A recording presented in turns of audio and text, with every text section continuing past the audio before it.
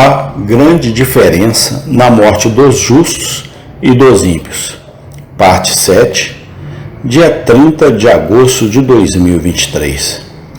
Mas a prática de algumas nações indianas é ainda mais estranha, onde após a morte do marido, sua esposa ou esposas, com um semblante alegre, entram nas chamas preparadas para o cadáver do marido. Mas, por mais falsas noções de um estado futuro, auxiliadas pelo orgulho, afetações de aplausos, apreensões de dificuldades nesta vida e princípios semelhantes próprios da natureza humana depravada, podem influenciar mentes incultas grosseiras, quando fortalecidas pelas artes do inferno. Oh, que alegria e consolação sólida eles podem ter, que são verdadeiros cristãos, estando em Cristo, que trouxe à luz a vida e a imortalidade, através do Evangelho, segundo Timóteo 1,10. A morte é uma daquelas todas as coisas que cooperam para o bem daqueles que amam a Deus. Romanos 8,28. Quando o corpo morre, a alma é aperfeiçoada. O corpo da morte dispara na morte do corpo. Que mal fez o carcereiro ao mordomo do faraó, quando lhe abriu a porta da prisão e o deixou sair? O pássaro está em pior situação quando em liberdade que quando confinado em uma gaiola? Assim, e não pior, são as almas dos santos tratadas pela morte. Chega ao homem piedoso como Amã veio a Mardoqueu, com as vestes reais e o cavalo.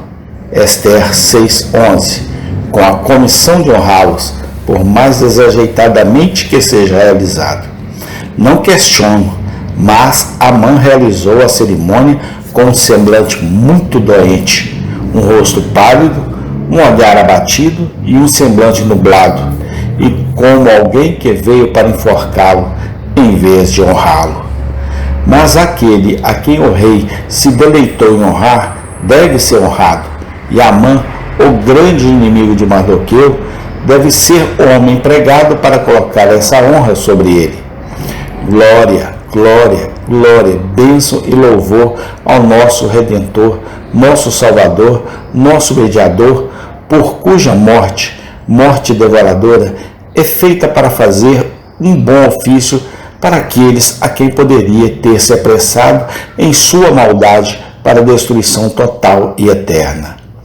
Um dia de morte é, em si mesmo, um dia alegre para os piedosos. É o dia da redenção deles, quando os cativos são libertados, quando os prisioneiros são libertados. É o dia dos peregrinos que voltam de sua peregrinação, o dia em que os herdeiros da glória retornam de suas viagens para seu próprio país e para a casa de seu pai, entrar na posse real da herança gloriosa. É o dia do casamento, agora é a hora dos esponsais, mas então o casamento é consumado. É uma festa de casamento, começa que não tem fim. Se sim, não é o estado dos piedosos na morte, um estado de esperança. 2. Mas se o estado dos piedosos em sua morte é tão esperançoso, como é que muitos deles, ao morrer, estão cheios de medos e têm pouca esperança? Deve-se reconhecer que os santos não morrem todos de uma só e mesma maneira. Há uma diversidade entre eles, bem como entre os ímpios. No entanto, o pior caso de um santo moribundo é de fato esperançoso. Alguns morrem triunfantemente numa certeza de fé, segundo Timóteo 4, 6, 8. O tempo da minha partida está próximo. Combati o bom combate, terminei a carreira, guardei a fé. Desde agora a coroa da justiça me está guardada. Eles experimentam as alegrias do céu enquanto estão aqui na terra, e começar as canções de Sião enquanto ainda está em uma terra estranha. Outros morrem em uma sólida dependência de fé em seu Senhor e Salvador. Embora não possam cantar triunfantemente, ainda pode e dirão com confiança: o Senhor é o Deus deles. Embora eles não possam triunfar sobre a morte, como o velho Simeão, tendo Cristo em seus braços e dizendo: Senhor, agora deixe seu servo partir em paz, segundo a sua palavra, porque meus olhos viram a sua salvação. Lucas 2, 29 e 30. No entanto, eles podem dizer com Jacó moribundo: Esperei por sua salvação, Senhor. Gênesis 49, 18. Sua mão esquerda está sobre a cabeça deles, para sustentá-los, embora sua mão direita não os abrace. Eles acreditam firmemente, embora não estejam cheios de alegria em acreditar. Eles podem pleitear aliança e se pendurar na promessa, embora sua casa não seja assim com Deus, como eles poderiam desejar.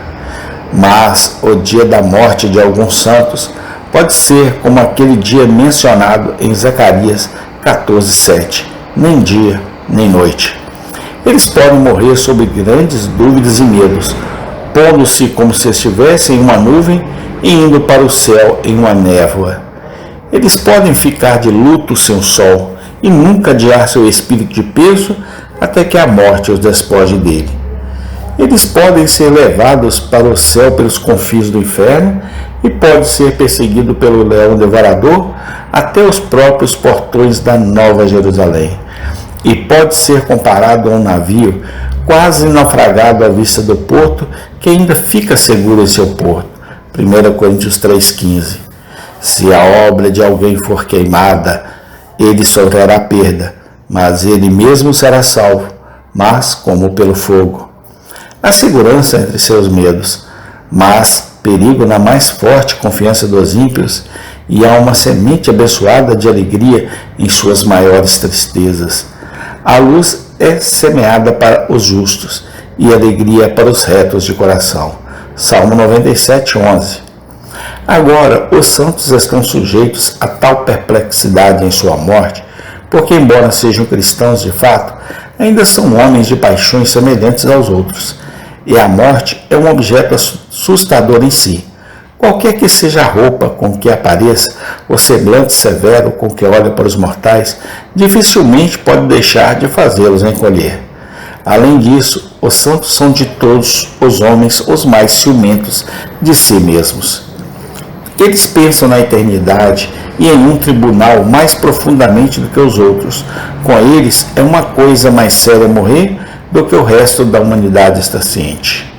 Eles conhecem os enganos do coração, as sutilezas da natureza humana depravada, melhor do que os outros.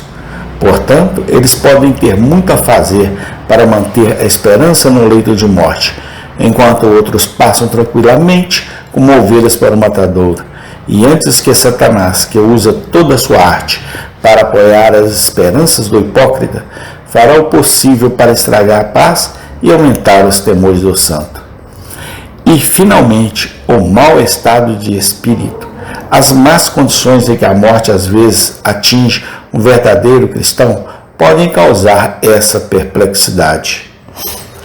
Por estar em estado de graça, ele está sempre habitualmente preparado para a morte, e sua morte com segurança é garantida. Mas ainda mais necessário para sua preparação real é morrer confortavelmente. Seu espírito também deve estar em boas condições. Portanto, há 3 casos em que a morte não pode deixar de ser muito desconfortável para um filho de Deus. Amém. Tem continuação. Senhor Deus, seja louvado e engrandecido o teu santo nome, hoje, sempre e eternamente. Amém.